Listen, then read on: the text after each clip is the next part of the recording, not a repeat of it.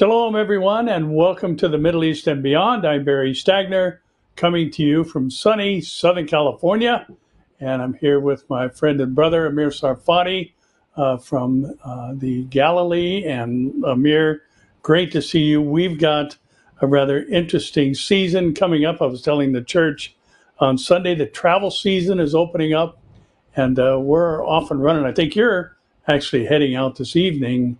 And maybe you can update everybody on what's coming up as far as teaching around the world. Yes, exactly. First of all, Shalom, Barry.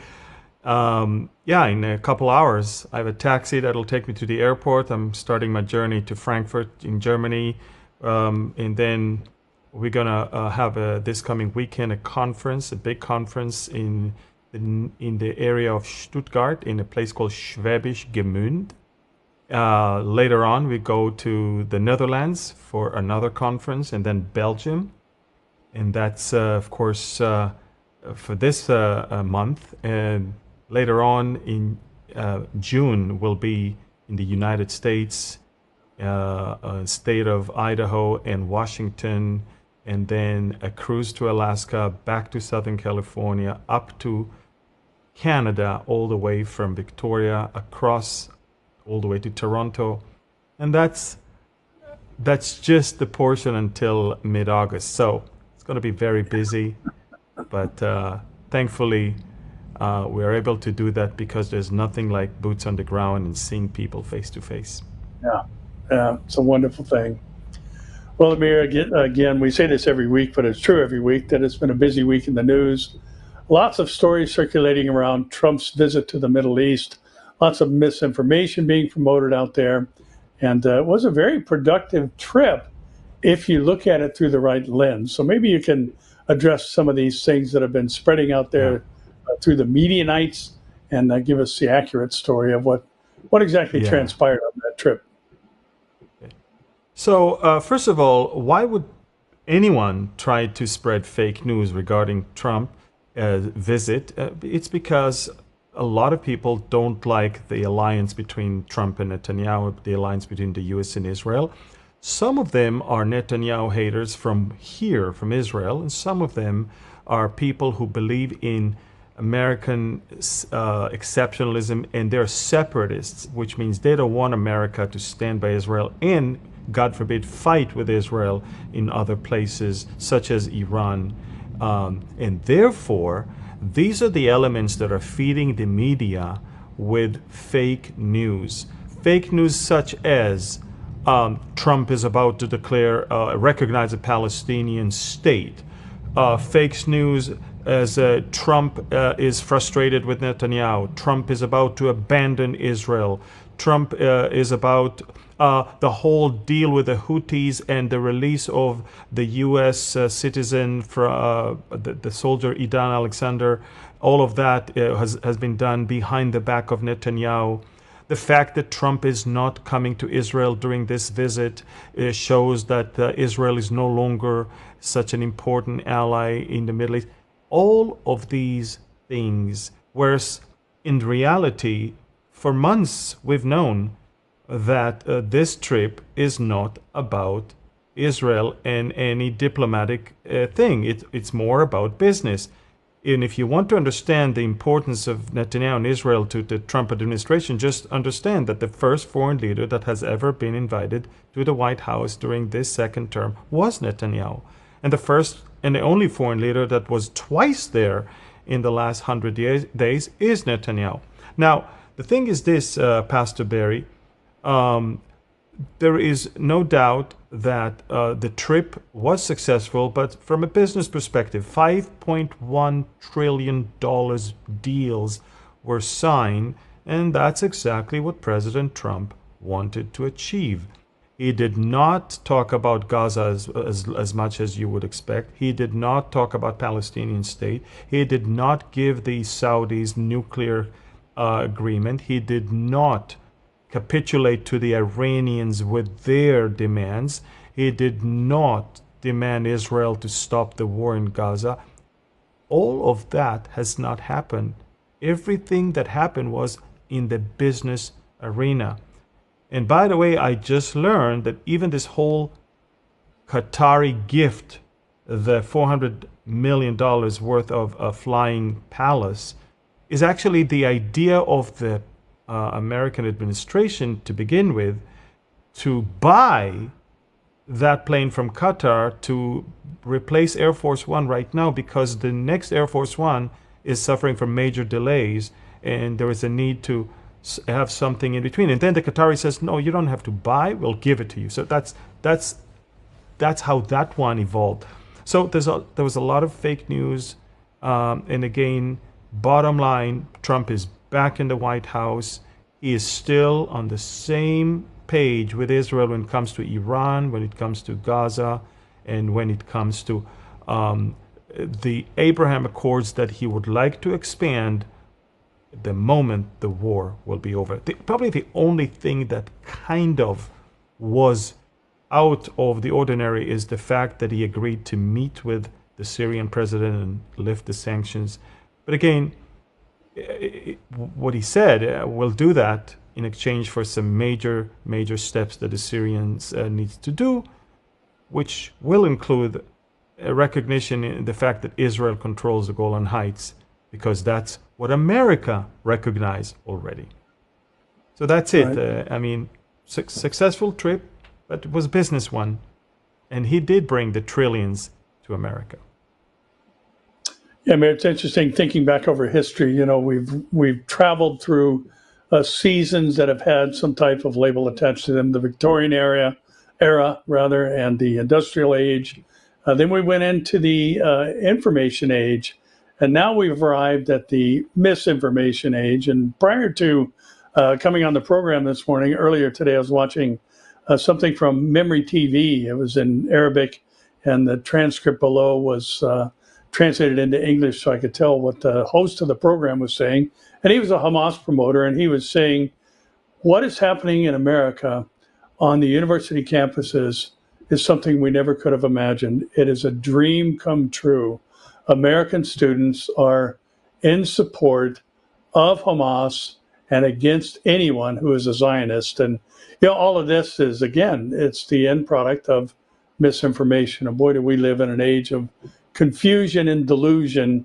And this is all preparatory for what's going to happen during the tribulation, obviously, when the earth dwellers believe the lie of the Antichrist, as Paul predicted. We've also had the Houthis continuing their attacks on Israel.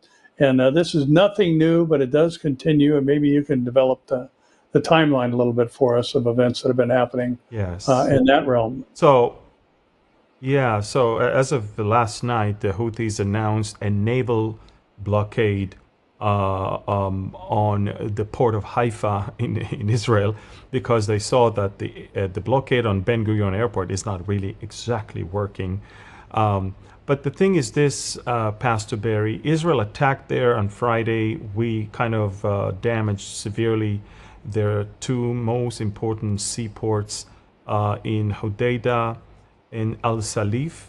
And that brings me to the timeline as of what happened since the beginning of the war with the Houthis. So let's look at the map and see Yemen and see how it all started in the beginning of the war, when the Yemenites, Houthis, decided to impose a blockade, a maritime blockade on the Bab el-Mandab Strait, the entrance from the Indian Ocean to the Red Sea, in order to obviously block anything that goes to Israel or that has to go through the Suez Canal. Big damage to the port of Eilat in Israel, but even more so, big damage to the Egyptian economy with that. However, then they started sending drones and rockets towards Eilat, and they saw that that's not helping. They started attacking central Israel with some drones and missiles, and as the war expanded, the range has expanded, and they started attacking more and more area deep into central Israel, into Jerusalem area, even towards the Dead Sea. And the only time they stopped is when there was a temporary ceasefire, and that's when they also lifted the blockade in the Red Sea, and then the minute we resume fighting, they resumed the blockade and they renewed their missile fire towards central Israel.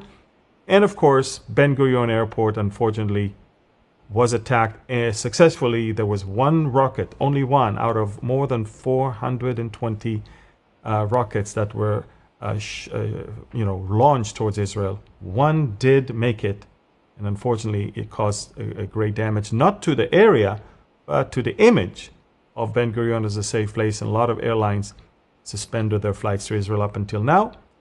But again, that did not hold water for too long. Airlines are returning to fly to Israel. The Houthis are angry that Israel is now fighting again with Gideon's chariots. And this is when they impose as of last night, they want to impose naval blockade on the port of Haifa, which is an imaginary thing because they cannot do that. There's a lot of ships coming all the way to the port of Haifa right now. A lot of airplanes landing in Tel Aviv. And I'm going to be on one of those airplanes leaving Tel Aviv in the middle of the night. So, again, they try their best. They can't do much. Israel will pay a visit again, maybe a few more times. And when the war will end, we are going to come out victorious. Gaza will be leveled and the Houthis will be crippled. Because, that we share no border with them. They're going to have to lick their wounds at the end of the war, all because they wanted to help those that have already been defeated. If you could ask Nasrallah, if Nasrallah could speak from hell, from where he is right now, if you could ask him if it was worth it, he would have told you no. Well, maybe we need to take care of the Houthis' leader also, so he can be also in the same place, sharing his frustration with Hassan Nasrallah and all the leaders of Hamas. Yeah, Amir, maybe you could talk a little bit about the Yemeni Palestinian or the Hamas relationship, and why is there such a great concern outside of a shared hatred for Israel? What exactly is the connection there between that group and this country? So first of all, the Houthis are Shiite faction in Islam. They are a proxy of the Iranians. So they were part of the ring of fire that Iran has been preparing to one day attack Israel simultaneously. But remember, not only that, they're very, very extreme jihadists, and their flag is saying death to America, death to Israel, curse be upon the Jews, and Allahu Akbar. I mean, for them, it is part of their agenda to bring about death, not just to Israel, to America as well, and to pronounce curse upon the Jewish people. This is who they are. That's what they believe. That's the essence of their faith and their actions. And all they needed is an excuse to fulfill that. And the moment October 7th took place and the moment Gaza started getting the Israeli retaliation, for them, okay, now we can finally fulfill all that we've been praying for and hoping for, which is taking an active part in the attempt to bring about the end of Israel. I think that looking back, they can understand that it wasn't such a good idea. But remember, this is an ideological thing, religious thing. It's not just political, and it's not just a plot of the Iranians. The Iranians found a group that is stupid enough to do whatever the Iranians want and to believe that they're actually doing whatever they want. And there you go. And they don't need much. They're not striving for wealth. All they want is to fulfill their jihadi ambitions. And so they don't mind walking barefoot with a gown or a robe that is, it stinks so much that it's already standing. You don't have to fold it, and they don't mind. They don't mind not eating much. They don't mind not having great services. All they want, all they care, is to inflict suffering and death upon Israel. That's their ideology. But again, they're using the whole Gaza thing as their excuse. Once the war will come to an end, I think they will have to finish their aggression because they'll have no more excuses. Yeah, Amir, I think whenever we talk about and use the term eschatology, as Christians, that always sends up a flare. Okay, we're talking about the last days, but Shia Islam has an eschatology as well, and it includes bringing about an apocalypse. And remember, Ahmadinejad was always kind of trying to play the role of a John the Baptist type character and be the forerunner for the 12th Imam, or the Mahdi. And it was necessary for him to create this apocalyptic scenario in order for the peace bringer to come back, and for the Mahdi to come back, and for Jesus even to return and tell the world that Christianity and Judaism is wrong and Islam is the way. So, there's a very definite ideological motivation specific to the Shiites that I think comes into play also. And, we've encouraged you every week to make sure that you're subscribing, sharing, liking, and commenting. And I'd like to do so again. And first of all, to thank those who have done so. And, as I've been encouraging everyone, in the programs I do, and this program, obviously, and Amir does the same thing, if all that you put is where you're from, that's very encouraging as well. And it gets the number of comments up, and therefore it's more visible to other people who need to have this information. And this is a critical time that we live in. And so in this age of technology and misinformation, we need to use it to our advantage. So please make sure you're subscribing to both of our channels, as well as liking, commenting, and sharing. And Amir, watching these events around the world, we can't move too far away from your neighborhood and what's happening on your southern border. And Gideon's Chariot operation has begun, and there's a lot of activity going on. And you gave us a very wonderful picture last week of the tactic that's involved. Maybe you can bring us an update regarding what's happening there on your southern border. Yeah. Well, thank you, Pastor Bear. Well, of course, last week we said that there's only two options, the Witkoff outline or Gideon's Chariots, and Hamas has to choose. Hamas has been saying no to the Witkoff outline because Hamas wants to bring an end to the war and to bring a complete Israeli withdrawal from Gaza and, the rehabilitation of Gaza. And the most important thing, Hamas doesn't want to disarm and doesn't want to lose power. So all of that is unacceptable. Israel decided this time we go all the way to the end. And we decided to continue and negotiate with them in Doha under fire, which means Gideon's Chariots began to roll.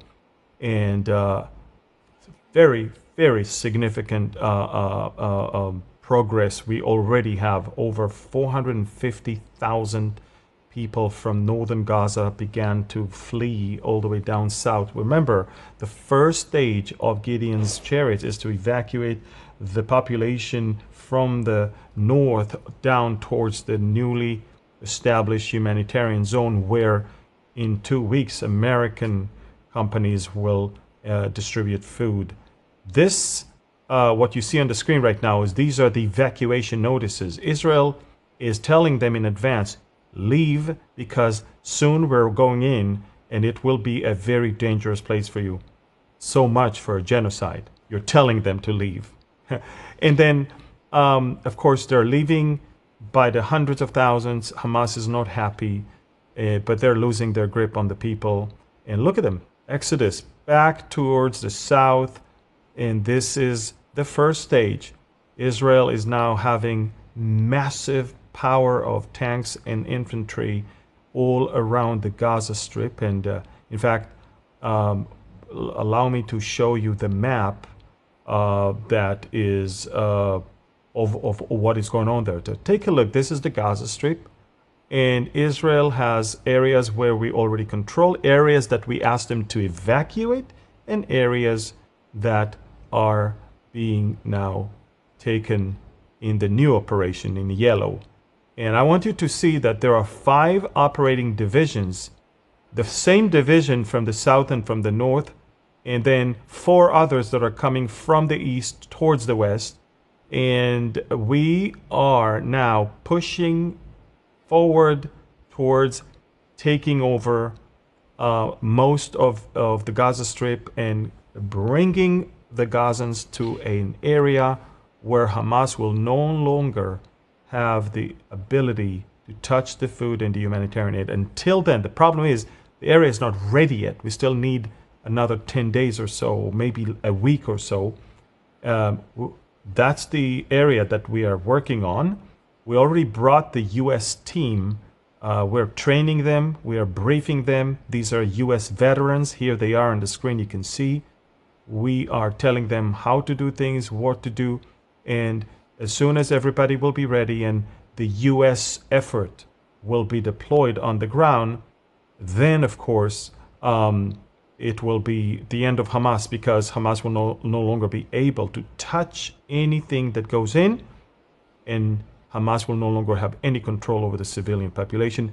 And then, of course, the 4 maneuvering divisions will go all the way in, destroy Hamas, destroy anything above the ground and under the ground that is suspected of terrorism. Now, another thing, Pastor Barry, I gave breaking news a couple days ago, and I'm going to say it again. Hamas is in such desperate position right now, and Israel is in such a huge momentum right now, that President Trump is actually pushing for something bigger than the Witkoff outline. President Trump is basically telling everyone, I want all the hostages back. I want Hamas to disarm. I want the expulsion of Hamas's leaders. I want to establish a U.S. oversight of the region, and relocating the population that cannot live anymore. Everything is going to be destroyed. Everything is getting destroyed. And the UNRWA just said that 92% of the buildings in Gaza are either destroyed or severely damaged. 92%. When President Trump wants to relocate those Gazans, it's not because he hates them, it's because he cares for them. No one can live there. It's uninhabitable. And so there's an effort to, first of all, take care of them with food and medication, and then, of course, to relocate them to several countries that have already agreed to accept them.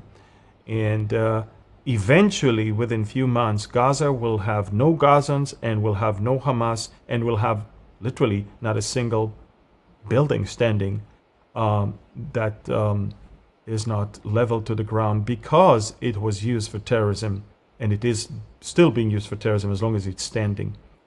So, a new era, a new future, but we're in the money time right now, Pastor Barry. This is it. We're not going...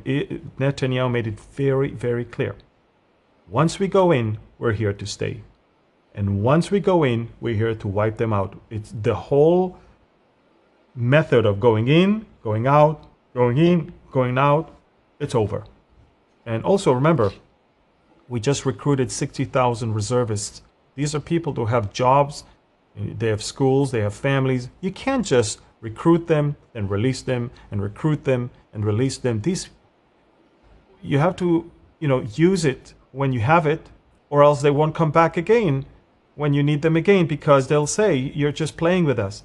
So this is where we are right now. It's the money time, Pastor Barry. We're at the very end, and because we are at the very end, because we can smell the end and see the finish line of that, the enemy is so angry that he's causing nations after nations to come up against Israel right now and to protest and to threaten us with severing ties and other things and embargo and everything.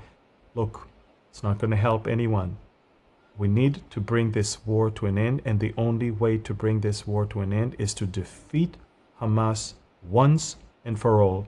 So all of our enemies all around the world will know that if you want to start a war with us, you are going to be wiped out, and we will finish the job. You cannot leave them on their feet, because if they stay on their feet, all they do, just like the Houthis, is regroup and go back to fight against you.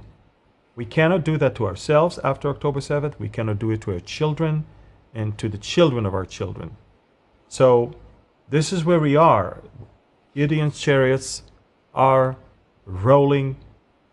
There is a delegation in Doha in case Hamas wants to raise a white flag.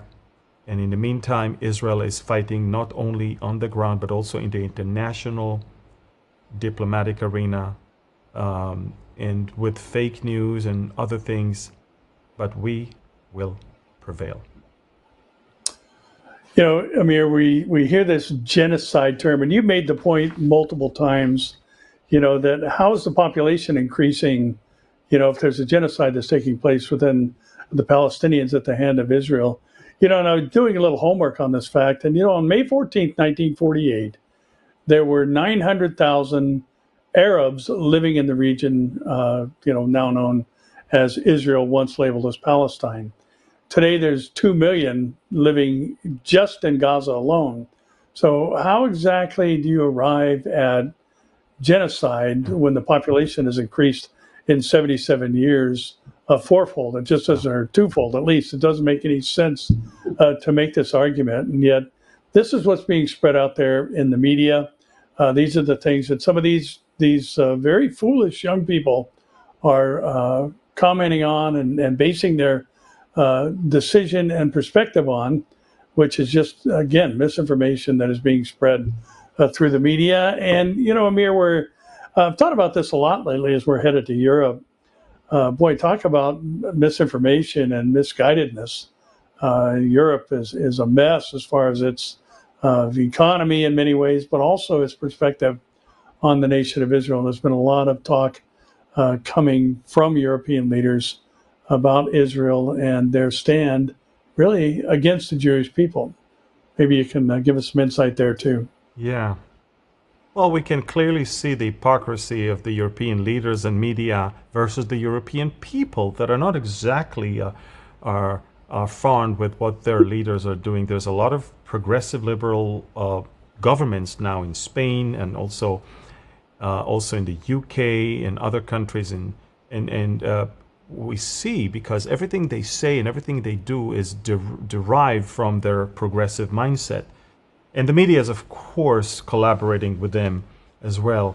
But it's very interesting because over the last few days, the world could see the hypocrisy. I mean, think about it for a minute.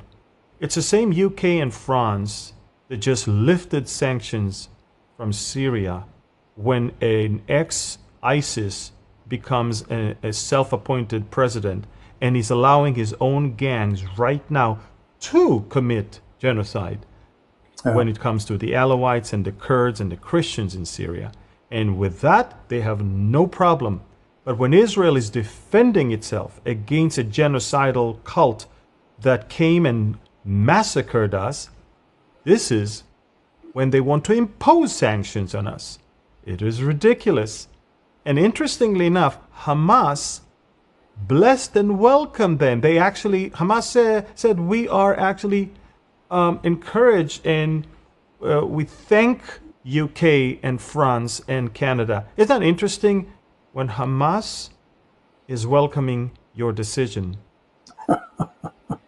probably you're on the wrong side of exactly. And tell me who your friends are, and I'll tell you who you are. And this is it. But Pastor Barry, a few days ago, we had the Eurovision Song Contest. Every year, countries in Europe, and Israel was added to it later on. Countries in Europe are gathering in a European capital to for a song contest, and whoever wins gets to host the next year's contest. And this year it was in Basel, Switzerland. Basel, Switzerland. It's a very iconic city for us because in 1897, Benjamin Theodor Herzl, this is where he founded the Zionist Congress, and he said, it is in Basel that I actually founded the Jewish state. And he said then, within 5, mostly or maximum 50 years, there will be a Jewish state. Little did he know that 50 years later, almost to the day, Israel was established. And he didn't live to see that because he died in 1904. But I want you to know that in Basel, this year, our representative Yuval Raphael, who survived the Nova Festival massacre by pretending dead underneath a pile of dead bodies in a bomb shelter near the Nova Festival area. She represented us. And guess what? There are two different votes. There's the votes of the judges, the jury, and they're very biased because they're the media and the government. And there is the vote of the public. The vote of the public. Take a look at, let's move to the other one that shows what the jury gave us. The judges gave us the 15th place.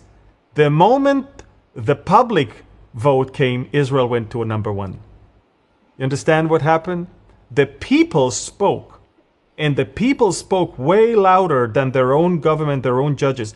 And it's been the second, maybe the third year in a row that the countries that almost gave us no score at all are the places where the public gave us the highest score.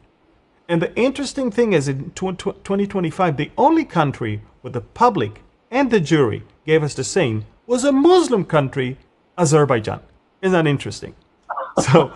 So you can clearly see the hypocrisy here.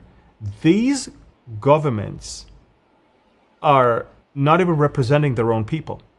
But I can also tell you, Pastor Barry, that for a Nova Festival survivor to be there and in the day before the contest, take a look at this protest, the pro-Palestinian protest. Look at what one of them did to her when she looked at the protest. Look at it. Oh, he's basically signaling with his hand that he will slit her throat. Take a look at it again. I don't know if you can.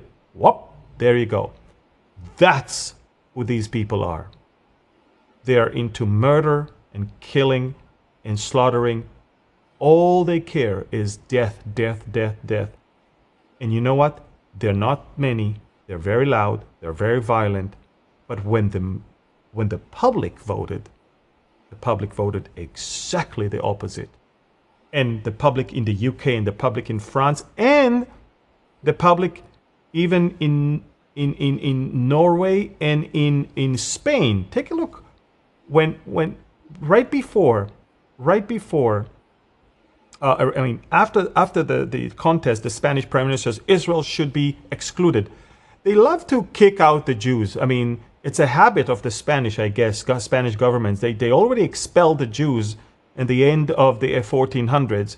And every time we don't fit their narrative, they just kick us out. I mean, I guess that's in their culture. But I want you to also know that the Spanish television, right before the contest, they put this slide. When human rights are at stake, silence is not an option. They put that so the public's opinion will be swayed to vote against Israel. That's what they tried to do, and it didn't work. Even I think the Norwegian television put that one also, a short video. Belgium, in Belgium. Take a look at that. In Belgium. I speak up for Palestine. I speak up for Palestine. I speak up for Palestine. I speak up for Palestine. No one speaks out for the Jewish people that were murdered. No one speaks out for the October 7th massacre. They speak out for Palestine. And the people of Belgium gave us the maximum score. See, that exposes the dissonance, the contrast between the government and the small, violent, and loud minority, which the media echoes, and the people themselves. So the hypocrisy of the Europeans, and as the closer we get to victory, the more pressure they apply.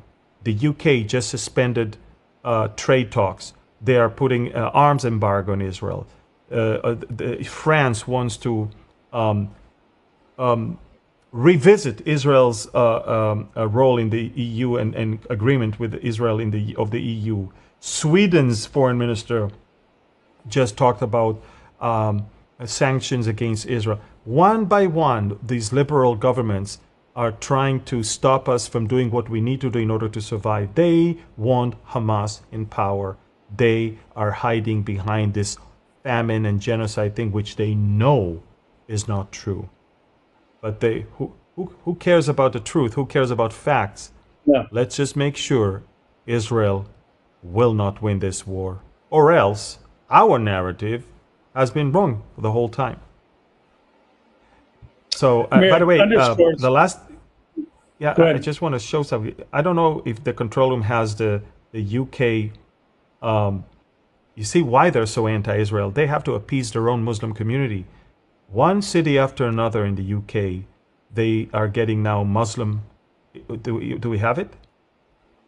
Oh, we don't have it. Okay, so they have.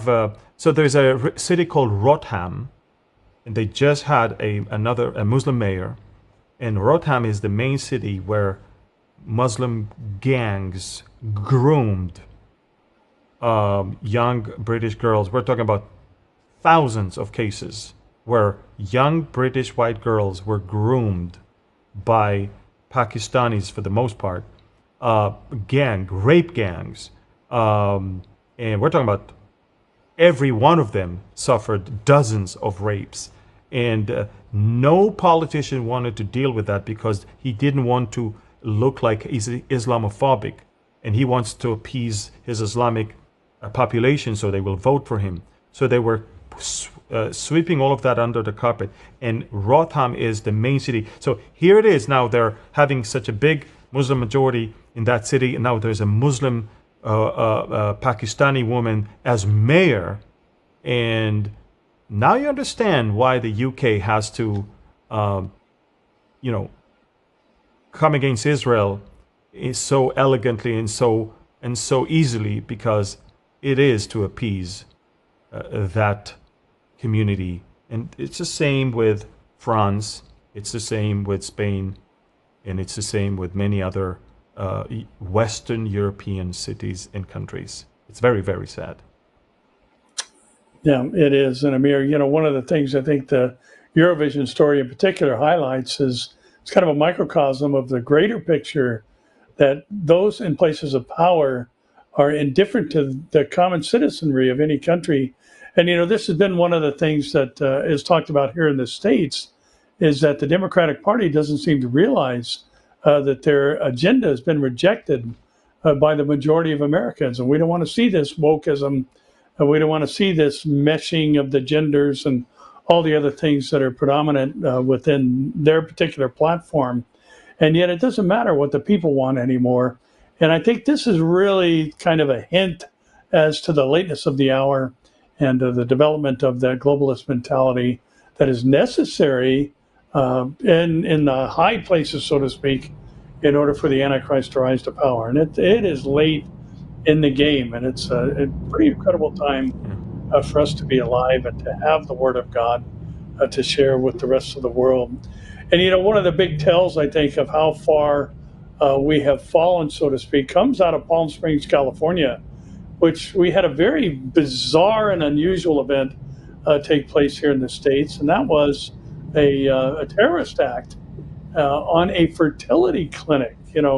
We've seen terrorist acts on abortion clinics, but now this is kind of the opposite end of the spectrum, so to speak, where there was a bombing in Palm Springs that the FBI has confirmed as an intentional act of terrorism.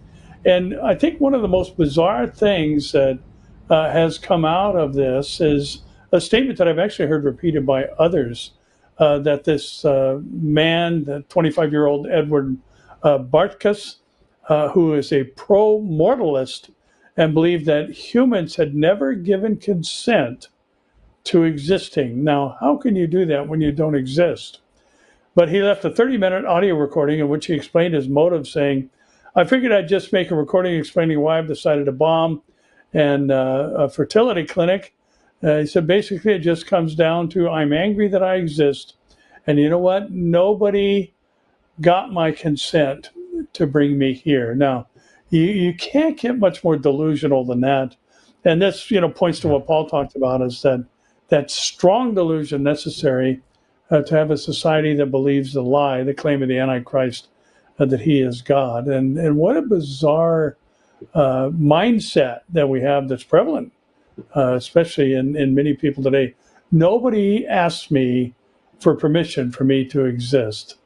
That's pretty strange thinking. I wonder how they could ask him if he did not exist. But Yeah, yeah. But to many, it makes perfect sense. And I've heard others say the same thing, that, well, I didn't ask to be alive right now. Well, you can't. And yet this is just accepted as, within many circles, that is, as normal thinking. And Amir, we also know that artificial intelligence is going to play a huge role in what happens during the tribulation period. We know that there's going to be an image that is erected by man that apparently appears to have life breathed into it. And the whole world, Revelation 13 says that all the earth dwellers are going to worship the beast whom this image represents. And there's a story that came out this week that the bias that is basically programmed into AI leans left in most of the instances. And, the president had called for an ideologically neutral AI, and there was some efforts to put this to the test. And all models estimated that even the slightest leftward bias was surprising, according to Justin Grimmer, who ran this particular survey. And what they found often is when AI is asked certain questions, the answers that come up and the advice that's given basically is about defunding the police, school vouchers, gun control, transgenderism, Europe as an ally, Russia as an ally, and tariffs were some of the topics of the 30 prompted models that were presented regarding information. And there was a story, Amir, that just came out yesterday, and there was a man that reported there was actually a pastor of a church who, in this guy's estimation, was okay. He was okay. He was an all right pastor. And then suddenly, about 3 months ago, they noticed that his sermons got very deep, very technical, very insightful.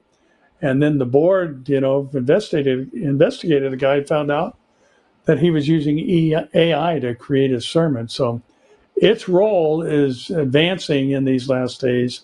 And like Elon Musk said, it's the greatest threat to humanity that is present on the world scene today. So a very interesting story. It's very, very interesting. It's and that's the thing, Pastor Barry.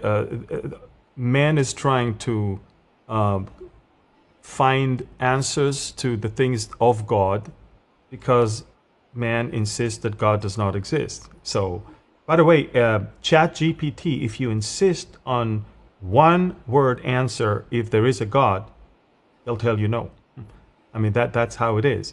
And this is how the answers are being crafted. So it's very interesting that AI will replace the work of the Holy Spirit in showing you how to teach the word. And Pastor Barry, and this is why we ask people to take part in this digital war that we are engaged in, because people don't understand. This is a war. The enemy is fighting, and the digital arena is the battlefield now. And this is why we give you ammunition. You've got the weapon, which is social media. Use the ammo and just load and shoot by subscribing, commenting, sharing, and following. It's important to us, but it's important also for so many that need to hear the truth, and they simply never heard it.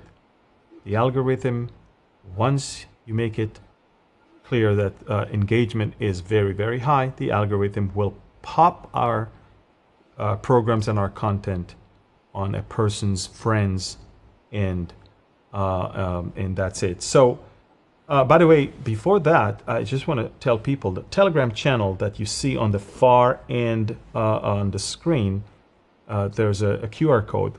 A lot of people don't understand that Telegram used to allow you to take the link of my channel and just go on your desktop without having to download the app.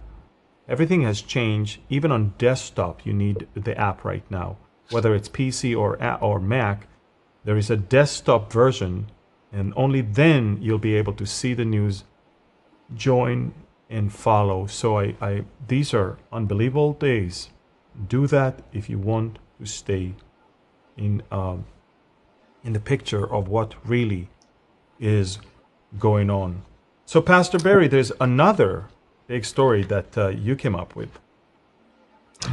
Yeah, I mean, just kind of commenting on our last story and the meshing of AI with building a sermon. If AI is leaning left, what are the sermons going to do?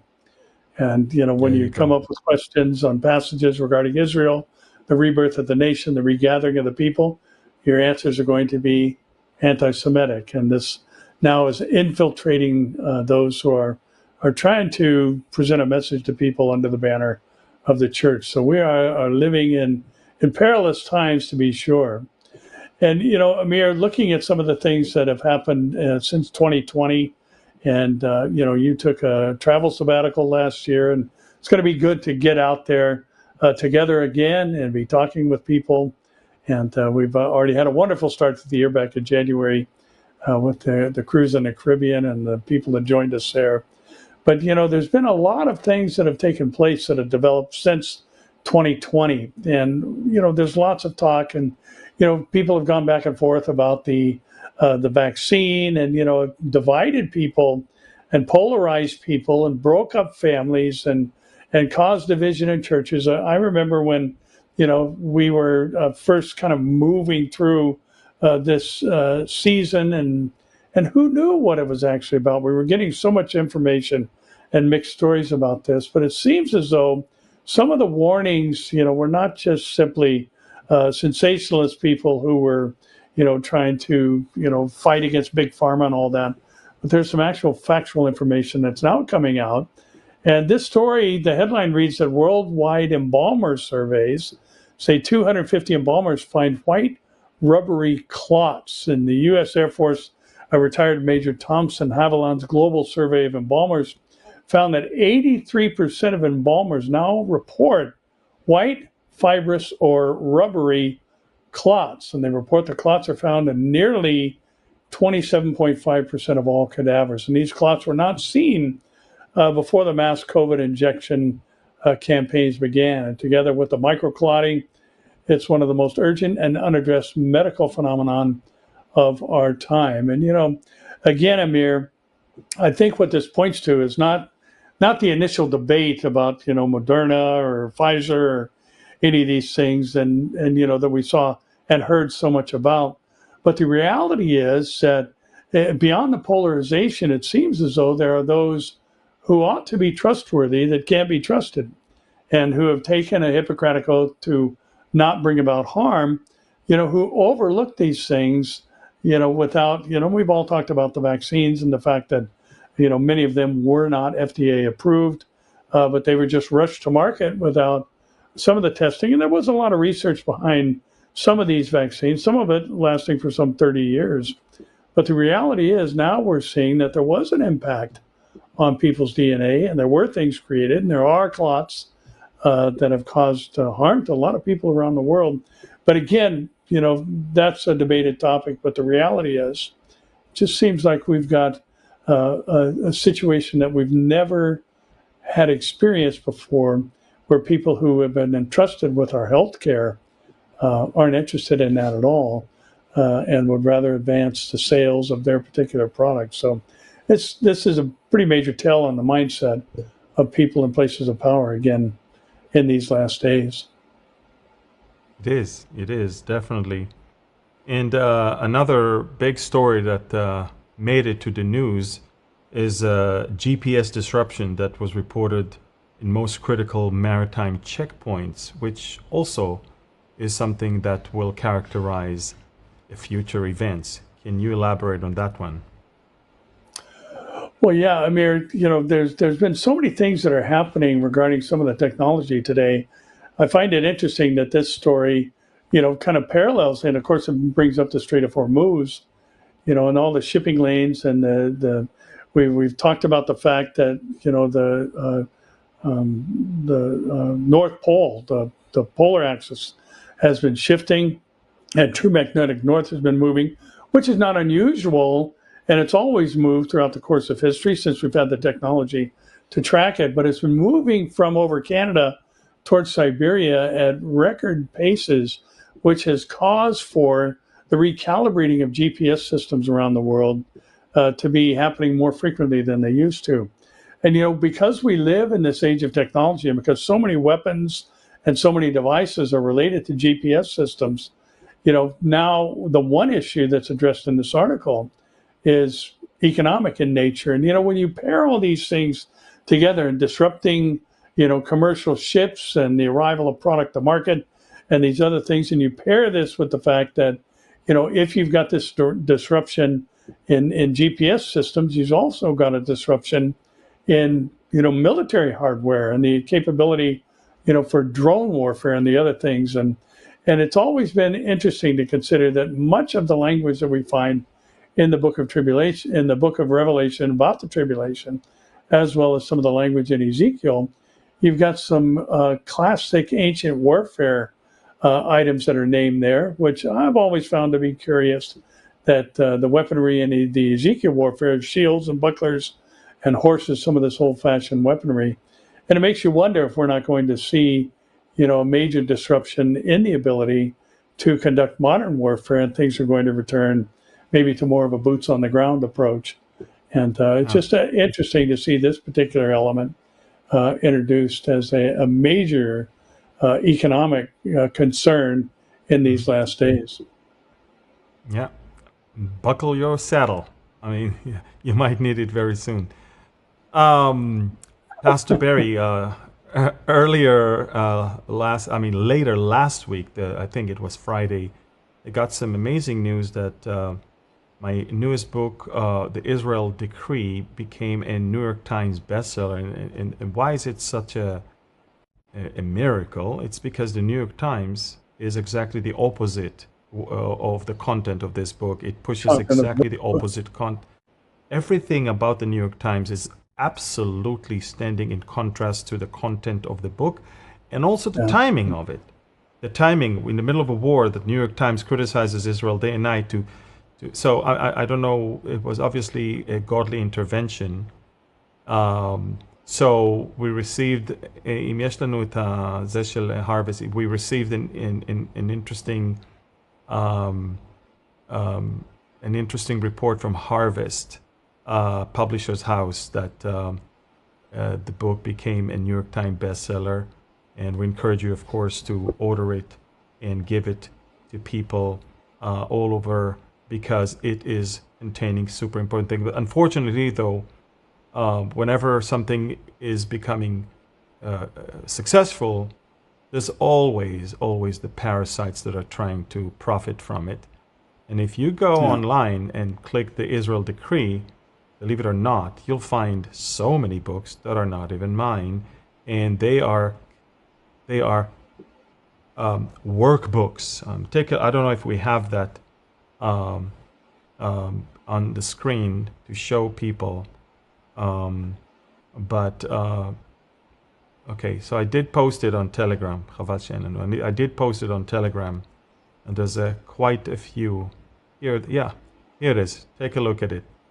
The real book is on top. Everything else is not mine.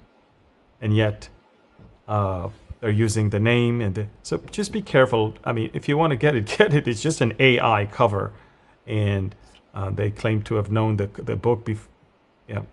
The thing is, I don't have a workbook yet out. So all these workbooks are not mine. Yeah. Just keep that in mind, okay? And plus, they charge twice than what my book costs. So I'm not sure, so just be careful when you do that. And I want to thank everyone that ordered the book, that made sure that even the New York Times could not ignore it, and that now we can, and now we just need to just look. I'm not intoxicated with titles. All I want is the truth to go out. I don't care about titles. I care about the fact that these books will be given to as many people as possible. I want them to be on every shelf of every bookstore across the world. And that's why we need your help to continue. Order the book and give it to as many people as you can. Well, Pastor Barry, I think we made it to the end. We did. And Amir, let me just say something here. You know, we have talked many times about this particular issue, and discovering Daniel, revealing Revelation, had the numbers to be put on the New York Times bestseller list. But I have to say, I agree 100% with what you said. This is God. This was supernatural that the Lord caused this to happen, because the reality is, if you don't understand the Israel decree, you're not going to understand Daniel or Revelation. And this is it's a hand of God. There's no question about it. Yeah. So excited for you. Congratulations to you. And pray the Lord use this book mightily to set things straight in the minds of many. Yeah.